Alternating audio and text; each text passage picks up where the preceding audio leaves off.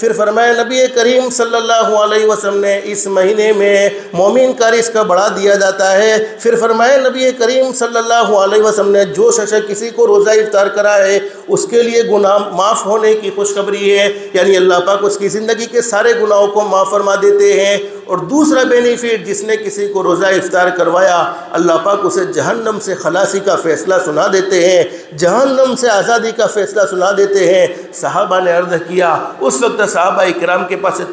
इतना मालो दौलत नहीं था, गुर्बत में ज़िंदगी गुजरती थी, किसी को एक वक्त का खाना मिलता तो किसी को एक वक्त का खाना भी ना मिलता, ऐसी फ़क्र फ़ाका में ज़िंदगी गुजरती थी। साहबा ने कहा अल्लाह के नबी, हमारे पास इतनी ताकत तो नहीं है, इतनी वसअत तो नहीं है कि हम किसी को रोज़ा इफ्तार करा सके, यानी ख़ुद के लिए हमारे पास कोई इंतज़ाम नहीं तो दूसरे को हम कैसे कराएंगे। तो हज़रत अक़दस नबी करीम सल्लल्लाहु अलैहि वसल्लम उम्मत के लिए बड़े शफ़ीक़ थे, बड़े मेहरबान थे। फरमाया नबी करीम सल्लल्लाहु अलैहि वसल्लम ने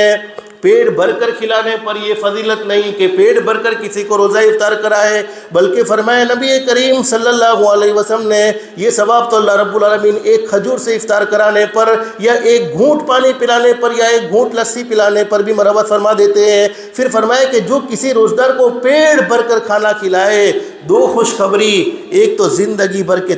तमाम गुनाह माफ़ कर दिए जाएंगे। फिर फरमाया हमारे नबी ने अल्लाह पाक उससे मेरी हौज़ से, यानी हौज़े कौसर जिसका पानी शहद से भी ज़्यादा मीठा होगा, अल्लाह पाक उससे ऐसा पानी पिलाएंगे कि जन्नत में दाखिल होने तक कभी प्यास नहीं लगेगी, जन्नत में दाखिल होने तक कभी उसको प्यास का तकाज़ा नहीं होगा। फिर फरमाया नबी करीम सल्लल्लाहु अलैहि वसल्लम ने